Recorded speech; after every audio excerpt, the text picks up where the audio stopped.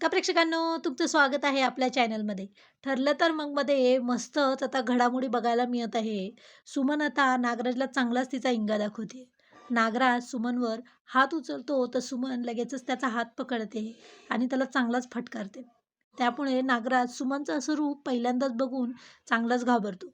तर इकडे साक्षीला एक चिठ्ठी भेटते. त्यात तिला लिहिलेलं असतं सावध राहा. त्या चिठ्ठीत लिहिलेलं वाचून तर साक्षी चांगलीच घाबरते. आणि विचार करायला लागते तिला ही धमकीची चिठ्ठी कुणी दिली असेल. तर इकडे नागराजने महिपतचे चांगलेच हाल केलेत.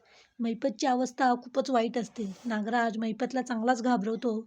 म्हणतो साक्षी जिवंत आहे हे जर पोलिसांना कळलं तर काय होईल कळतंय ना. महिपत काहीच समजत नसतं काय करावं ते.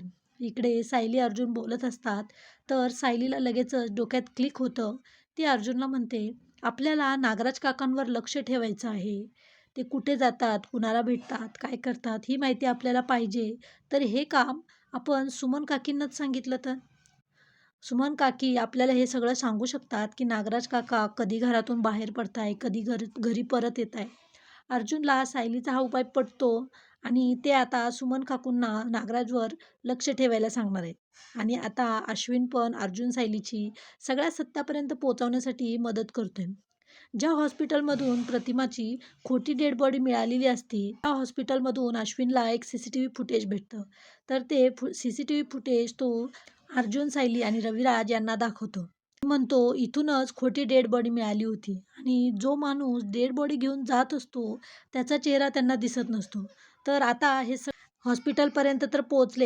तर आता त्या माणसाचा शोध लावणार आहेत ज्यांनी ही खोटी डेड बॉडी प्लांट केली आणि त्यांच्यापर्यंत पोहोचली. आता हे सगळं सत्य समोर येईल का? आता नागराज सगळ्या बाजूंनी अडकणार असं तर दिसतंय. तुम्हाला काय वाटतंय? नक्कीच कमेंटमध्ये सांगा आणि प्लीज आपल्या व्हिडिओला लाईक करा आणि चॅनलला सबस्क्राईब करा.